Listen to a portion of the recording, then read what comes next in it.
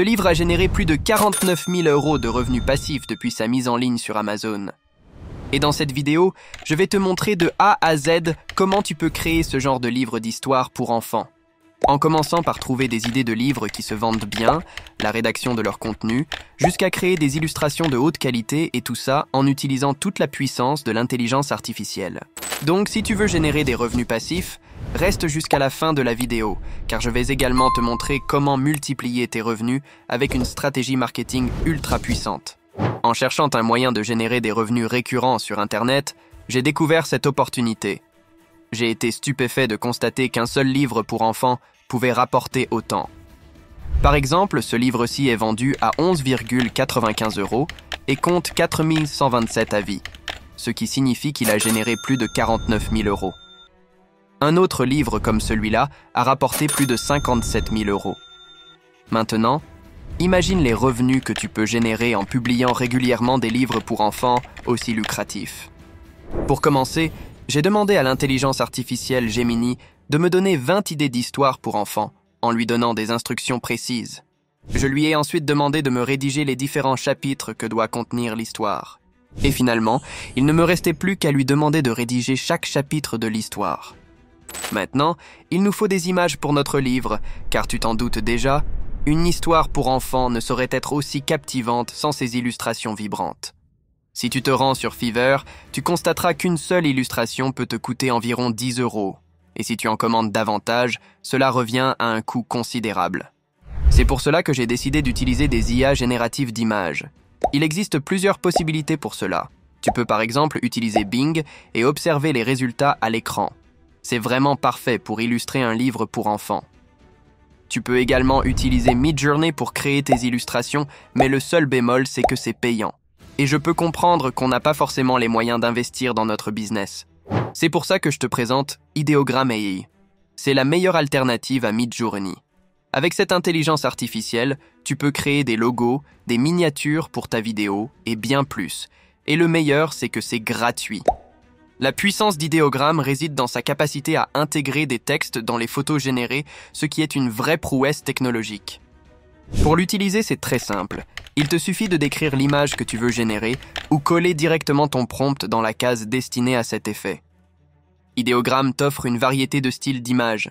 Selon tes besoins, tu peux choisir entre des images 3D, des illustrations et bien d'autres. Tu peux aussi adapter le format de tes images selon tes préférences. Une fois que tu as bien paramétré tes préférences, il te suffit de cliquer sur le bouton Generate. Ideogram va prendre quelques secondes pour créer tes images. Il va te montrer 4 choix et tu pourras prendre celui que tu aimes le plus. Pour assurer la cohérence entre les personnages, tu peux utiliser la fonction Remix d'Ideogram. Il suffit de cliquer sur l'image que tu préfères, puis sur le bouton Remix à droite et d'ajuster ton prompt. Ainsi, tu pourras générer le même personnage pour tous tes livres ou tes vidéos d'animation. C'est un avantage d'Ideogram par rapport aux autres IA génératives d'images, qui rendent plus difficile la création d'un personnage constant. Maintenant, pour créer ton livre, rends-toi sur Canva. Tu as le choix entre plusieurs formats de livres, mais dans cet exemple, je vais créer un livre de dimension 6 x 9 pouces. Tu vas tout d'abord importer toutes tes images, tu vas ensuite la glisser, déposer sur le calque. Tu vas te rendre dans Gemini pour copier le texte de ton chapitre. Pour faire apparaître les repères, tu vas cliquer à la fois sur le bouton Shift plus R. Tu vas maintenant placer tous tes repères pour pouvoir mettre par la suite ton texte. Une fois tes repères bien placés, tu vas maintenant cliquer sur le bouton texte, puis sur Ajouter un sous-titre. Tu vas ensuite coller ton texte dans la zone. Tu peux personnaliser autant que tu veux ton style de texte. S'il te manque de l'inspiration, tu peux te rendre sur Pinterest. Dans mon exemple, je vais changer la couleur du texte en blanc et je vais lui appliquer le style de caractère à lisse. Pour que les mots soient bien visibles, je vais également leur appliquer un effet bordure noire. Une fois que tu as fini de personnaliser ta première page, il te suffit de répéter cette même opération sur toutes tes sections. Pour ce faire, tu vas cliquer sur le bouton dupliquer, puis tu vas glisser déposer ta deuxième image. Tu vas ensuite faire un clic droit dessus, puis cliquer sur définir l'image comme arrière-plan. Il ne te reste plus qu'à supprimer l'image précédente et tout est OK. Maintenant, rends-toi sur Google, puis tu vas taper KDP Cover Calculator. Tu vas cliquer sur le premier résultat de recherche. Pour le type de reliure, tu vas cliquer sur Livre broché. Pour le deuxième paramètre, tu vas choisir couleur standard. Pour le type de papier, tu vas choisir papier blanc. Pour le sens de lecture, de gauche à droite, pour l'unité de mesure, tu vas sélectionner pouces. Tu peux maintenant voir les différents formats de livres sur Amazon KDP. Tu vas choisir parmi cette liste le format de livre que tu as créé dans Canva. Dans mon cas, j'ai utilisé le format 6 x 9 pouces. Pour le nombre de pages, il te faut minimum 24 pages pour mettre ton livre sur Amazon KDP. Une fois que tu as fini de tout paramétrer, il ne te reste plus qu'à cliquer sur le bouton « Calcul de dimension » pour générer la dimension exacte de ta page de couverture.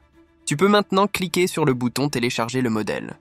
Pour créer ma page de couverture dans Canva, il me faut créer la dimension globale indiquée sur le modèle. Je vais donc me rendre sur Canva et recréer la dimension indiquée dans le modèle. Tu vas importer ton modèle, puis tu vas le glisser dans ta page de couverture. Il te faut le redimensionner pour couvrir toute ta page. Ce modèle te servira de repère pour créer ton design de couverture. Il te permettra d'éviter de mettre des textes dans les zones de découpe lors de l'impression. J'ai également mis un code barre pour que tu vois le rendu final de ton livre, mais sache que c'est Amazon qui va t'imprimer ce code barre, donc tu n'as pas besoin d'en mettre un. La dernière étape, qui est très importante, c'est que lorsque tu télécharges ton fichier, tu dois choisir l'option PDF pour impression. Cela te permettra d'avoir une meilleure qualité de rendu final pour ton livre. Après avoir créé ton livre, rends-toi sur Amazon KDP pour ouvrir ton compte et publier ton premier livre. Tu pourras ainsi générer des revenus passifs sur Internet. Amazon s'occupera de tout, impression, expédition, service client. Tu n'auras plus qu'à toucher des commissions sur chaque vente. Maintenant, passons à la stratégie marketing. En publiant ton livre sur Amazon, tu as accès à un large public qui achète régulièrement sur cette plateforme. Mais je te recommande de ne pas te contenter de cela. Je te suggère de créer une communauté autour de ton produit. Par exemple, tu peux créer des vidéos d'animation pour enfants en utilisant mes anciennes vidéos, puis rediriger ton trafic vers ton livre. Tu peux aussi te faire connaître sur différents réseaux sociaux où tu te sens à l'aise. L'autre stratégie est de créer un tunnel de vente pour récupérer l'email de ton prospect en lui offrant un cadeau gratuit, puis de le relancer ensuite pour le diriger vers ton livre. Ainsi s'achève ce tutoriel, j'espère que tu es prêt à générer des revenus passifs sur Internet. Si tu as apprécié, laisse un like et un commentaire, je te répondrai avec plaisir. À bientôt.